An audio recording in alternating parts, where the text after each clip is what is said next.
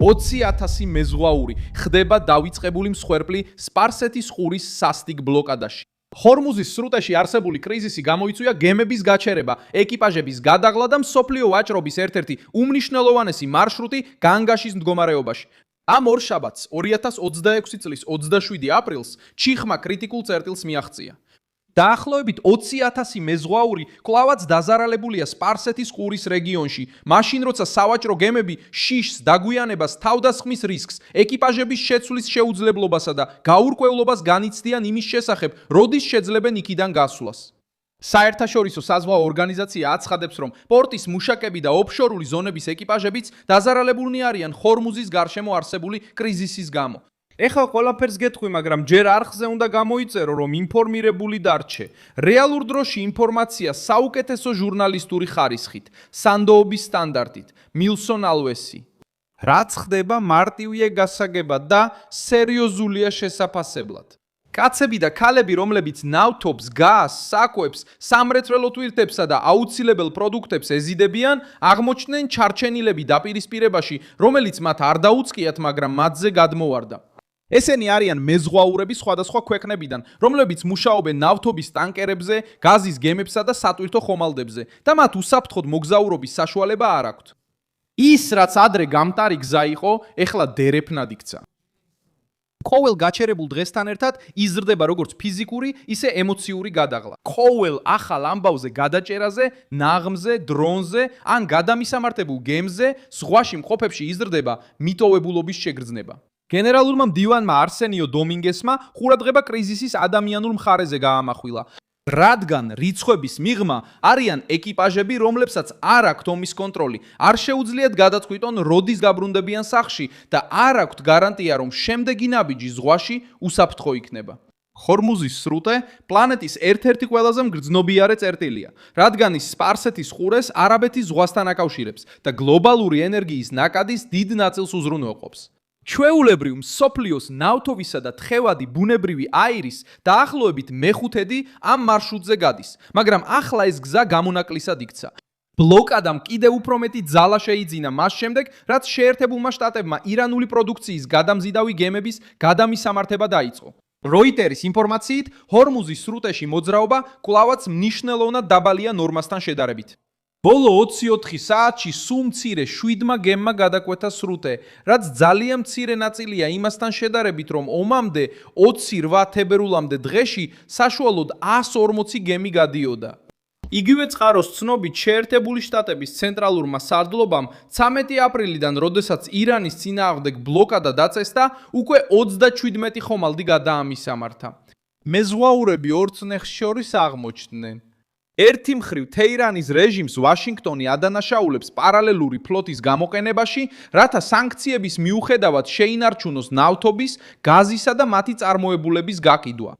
მეორე მხრივ, სამოქალაქო ეკიპაჟები იძულებულნი არიან გაჩერდნენ სამხედრო საფრთხის გარემოცვაში, მაშინ როცა გემებს იძიებენ, აკავებენ ან უკან აბრუნებენ.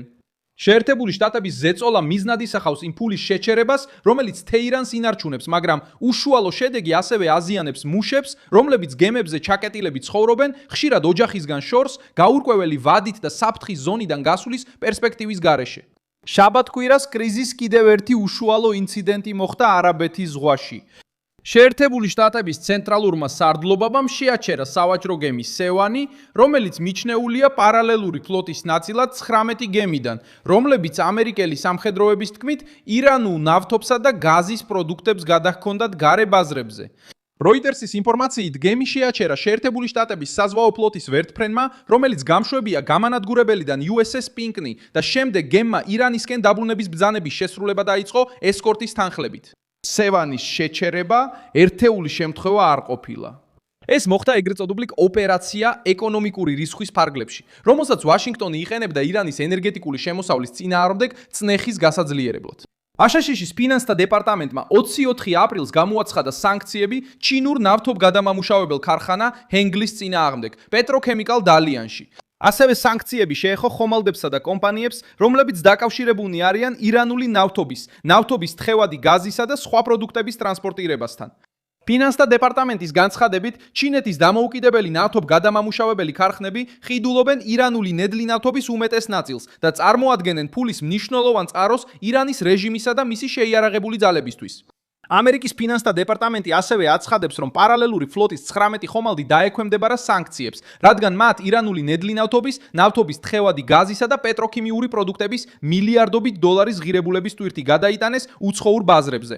მათ შორის არის თავად სევანი, რომელიც დაკავშირებულია ირანული პროპანისა და ბუტანის ზღვის ბანგლადეშში გადაზიდვასთან 2025 წლის აგვისტოდან ნოემბრამდე. ეს ფაქტი აჩვენებს, რატომ გაამკაცრა ვაშინგტონმა კონტროლი. ოპერაცია მიზნად ისახავს არა მხოლოდ ზღვაში მყოფ გემებს, არამედ მთელ ქსელს, რომელიც ხიდულობს, გადააქვს, მალავს და ხელახლა ყიდის ირანულ ენერგიას. შეერთებული შტატებისთვის ლოგიკა ასეთია: დაახჩოს თეირანის ფინანსური მანქანა მანამდე, სანამ ის ახალ სამხედრო მოქმედებებს, მოკავშირე ჯგუფებსა და ირანის ბირთვულ პროგრამას დააფინანსებს. თუმცა მეზღვაურებისთვის ეს სტრატეგია უსასრულო ლოდინის დღეებად ჩანს. გემი გაჩერებულია, საწვავის ხარჯვა კონტროლდება, საკვები უნდა დაიზოგოს, ინტერნეტი ხშირად ითიშება, ეკიპაჟის შეცვლა იგვიანებს და ძილის ხარისხი უარესდება. ზეწოლა მხოლოდ მთავრობებსა და კომპანიებზე არ არის. ის აღწევს საცხოვრებელ ოთახებში, კაბინებში, მორიგეობის ცვლებში და სწრაფზარებში ოჯახის წევრებთან, რომლებიც ეკითხებიან, როდის დასრულდება ეს ყველაფერი. Associated Press-მა გაავრცელა ინფორმაცია შემთხვევებზე, როდესაც ეკიპაჟები დაახლოებით 8 კვირის განმავლობაში იყვნენ გაჭედილები სპარსეთის ყურეში, სადაც მეზღვაურები აკვირდებოდნენ დრონებისა და რაკეტების აფეთქებებს მოშორებით, მაშინ როცა ჰორმუზის ის სრუტე თითქმის მთლიანად დახურული იყო. რეპორტაჟი მძიმე ყოველდღიურობას აღწერს. ცდილობდნენ შეენარჩუნებინათ ჩვეულებრივი საუბრები, შეესრულებინათ ძირითადი ამოცანები და შეენარჩუნებინათ სიმშვიდე, მიუხედავად იმისა, რომ ჰორიზონტზე აფეთქებებს ხედავდნენ. სააგენტომ ასევე აღნიშნა ფსიქოლოგიური ზემოქმედების შესახებ გაფრთხილებები, უსაფრთხო გასასვლელის ნაკლებობა და მარაგების შენარჩუნებისა და ეკიპაჟის ცვლის სირთულეები. ამ კრიზისის ყველაზე ძლიერი ფრაზაა, რომ მეზღვაურები თავს უხილავებად გრძნობენ. უხილავები, იმიტომ რომ საჯარო დებატები საუბრობს სანქციებზე, ნავთობზე, ომზე, ბლოკადაზე, გემებსა და მთავრობებზე, მაგრამ თითქმის ყოველთვის ავიწყდებათ ისინი, ვინც ამ ხომალდებში გამომწყვდეულნი არიან. უხილავები, იმიტომ რომ გლობალური ვაჭრობა ყოველდღე მათზეა დამოკიდებული, მაგრამ როცა მარშრუტი იკეტება, ისინი შორეულ დეტალად იქცევიან. ისინი ზღვის მუშაკები არიან, რომელთაგანაც ბევრი იმ ქვეყნებიდან მოდის, რომლებსაც ამ დაპირისპირებაში არაფერი გადაუწყვეტიათ, მაგრამ ეხლა გიგანტური კრიზისის ტვირთი აწევთ. ჰორმუზის შიში მხოლოდ პირდაპირი თავდასხმის რისკში არ არის, არამედ გაურკვევლობაშიც. კაპიტანი არ იცის მიიღებს თუ არა ნებართვას გასავლელად. ეკიპაჟი არ იცის თავისუფალია თუ არა მარშრუტი. კომპანია არ იცის დაფარავს თუ არა დაზღვევა შემდეგ მონაკვეთს.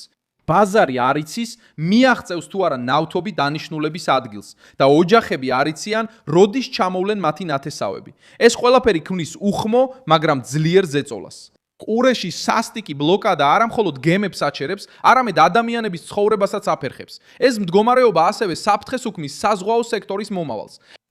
თუ ეს პროფესია აღიქმება როგორც საქმიანობა, სადაც მუშაკი შეიძლება კვირეობით ომის ზონაში ჩარჩეს, მკაფიო დაცვისა და გასulis ვადის გარეშე, მომავალი თაობა შეიძლება ამ კარიერას გაერიდოს.